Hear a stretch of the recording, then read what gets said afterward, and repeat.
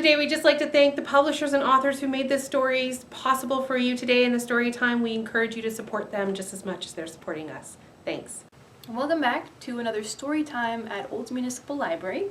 Today we're reading The Happy Owls by Celestino Piatti. Once upon a time, in an old stone ruin, there lived a pair of owls. All the year through, they were very happy.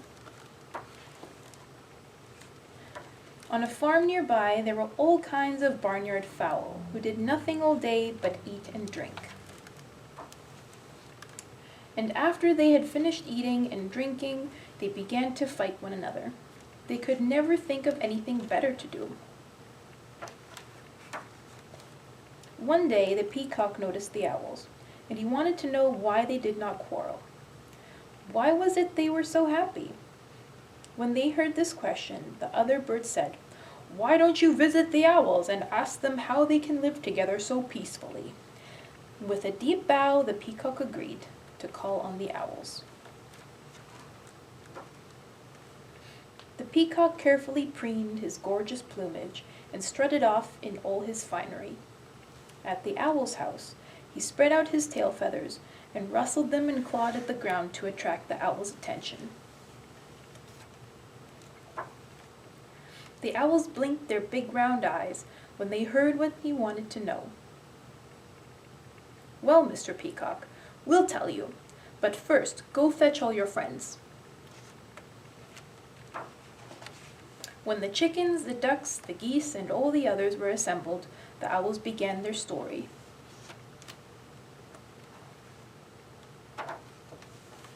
When spring comes, we are happy to see everything come to life after the long winter sleep. The trees put forth their buds and leaves, the meadows are covered with thousands of tiny flowers, and birds everywhere are singing merrily. Later, around every flower, bees and bumblebees are buzzing, and all kinds of little flies are humming. Butterflies flit to and fro, gathering honey from the golden sunflowers. Then we know that summer is here.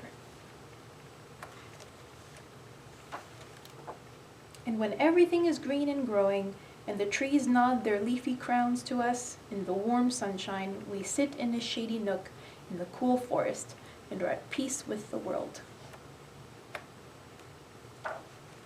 Then autumn comes, and the spider, who has waited through the glorious summer under a leaf, comes out and spins her web to hold up the tired leaves a little longer.